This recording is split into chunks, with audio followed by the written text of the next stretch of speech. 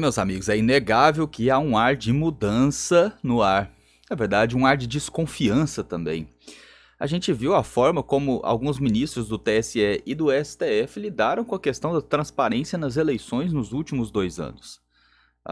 O voto impresso, ele já havia sido decidido pelo Congresso, era para ter sido implementado nas eleições passadas, foi refutado pelo próprio TSE.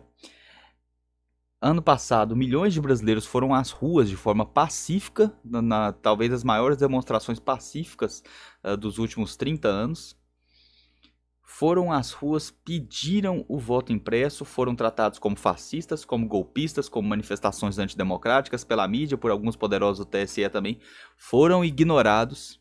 E quando o assunto foi para o Congresso, o que alguns ministros fizeram?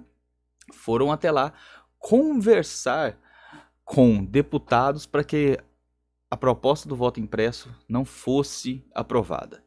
E além disso tudo, nós temos o Barroso mentindo, né, dizendo que a PEC, dizendo que as pessoas estavam pedindo um comprovante para poder levar para casa, nunca teve isso, e ele mentiu deliberadamente. Nós temos as constantes agressões do Moraes à democracia, desmonetizando, né, e encerrando as contas das pessoas que pedem mais transparência nas eleições, mantendo esse inquérito das fake news, que é um inquérito do fim do mundo, aberto, é um inquérito inconstitucional, acabou de prorrogar mais uma vez o prazo desse inquérito. E também nós temos o ministro do TSE, Luiz Felipe Salomão, esse sim que desmonetizou, ou seja, confiscou o pagamento de pessoas que ousaram pedir mais transparência nas eleições. Então nós tivemos uma movimentação muito grande de poderosos nesse sentido, né? E aí, claro, eles tiveram que ceder um pouco e chamaram as Forças Armadas para a CTE, que era a Comissão de Transparência Eleitoral. Um puxa de cá, outro puxa de lá, esse cabo de guerra, e de repente parece que as Forças Armadas viram que essa questão de falta de transparência era mais séria do que eles imaginavam no princípio, né? Era mais sério do que estavam dizendo para eles. Porque às vezes eles pediam algo e o pessoal demorava a responder, ou não respondia, ou tratava com desdém, ou ou tratava as Forças Armadas como se fossem alguns idiotas, né? Não levando em consideração que eles têm o ITA, que eles têm o IME, né? Que são talvez os dois maiores institutos especializados em segurança digital, né? Do Brasil e até do mundo. Com certeza estão entre os melhores do mundo, os especialistas ali. Então, de repente, as Forças Armadas viram, peraí, então talvez isso tudo que a população está falando de exigir mais transparência esteja correto, porque a gente está aqui participando e de repente a gente não está tendo a atenção devida, né? E o que eles fizeram agora? Forças Armadas pedem ao TSE arquivos de eleições de 2014 e 2018. 2014 nós tivemos um caso peculiar, né? Que é até difícil falar dele, mas tem reportagem da própria Globo, falando de como se deu a apuração, com 27 pessoas apenas, né? Numa sala de qual ninguém tinha acesso, só na época o ministro do TSE, que era o Dias Toffoli, né? Que também é ex-advogado do PT. Em 2014 nós tivemos uma situação onde ocorreu a apuração até certo momento, com o Aécio na frente, depois a Dilma passou na frente, e precisa esclarecer como se deu essa ultrapassagem da Dilma em cima do Aécio, né? E também nós tivemos 2018. Então, as Forças Armadas pedem ao TSE arquivos das eleições. Isso aqui é excelente para quem busca transparência. Eu estou dizendo que tem algo absurdamente errado ali? Não sei. Não estou afirmando. Mas é incrível que até o momento ninguém nunca tivesse pedido isso, né? Precisou as Forças Armadas se envolverem, né? Porque o PSDB na época, em 2014, pediu para fazer a auditoria, e a resposta que o PSDB levou, ou pelo menos a que ele divulgou para o Brasil, foi que não era possível fazer a auditoria da forma que eles quiseram, né, que eles desejaram fazer. Vamos ver, pessoal, porque isso aqui vai ter um desdobramento muito interessante. Primeiro, claro, eu sempre gosto de mostrar para vocês a reação da imprensa, né? Olha que engraçado. Pela primeira vez em 26 anos, Forças Armadas pedem arquivos de eleições passadas. Olha, aí o pessoal pode falar, nossa, pela primeira vez é tudo culpa do Bolsonaro, é só porque o Bolsonaro está questionando, o Bolsonaro manda nas Forças Armadas e tal. Talvez seja culpa do Bolsonaro no sentido de que ele teve coragem de enfrentar o que ninguém teve coragem de enfrentar antes, né? É mesmo o PSDB, né? Agora, que ele manda nas Forças Armadas, não. Aconteceu isso pela primeira vez agora em 26 anos, porque é a primeira vez que adversários políticos estão indo pra cadeia por criticar, que pessoas estão indo pra cadeia por criticar poderosos, né? Por crime de opinião contra poderosos. Alexandre de Moraes está colocando pessoas na cadeia por críticas a ele, né? Alexandre de Moraes desrespeita uma graça presidencial, continua multando a pessoa que já foi agraciada com o perdão presidencial, né? É a primeira vez, por exemplo, que ministros do STF vão para o Congresso, onde estão deputados que eles julgam, ou seja, eles julgam os deputados, os crimes dos deputados e falam para eles, olha, não queremos que vocês aprovem o voto impresso. E o próprio Barroso confessa isso. É a primeira vez que ministros do STF vão para fora em palestras falar mal do atual presidente da República, né? É a primeira vez que veículos de comunicação, incluindo jornais, estão sendo fechados, estão tendo seus rendimentos confiscados por fazerem críticas a poderosos ou por pedir transparência nas eleições, né?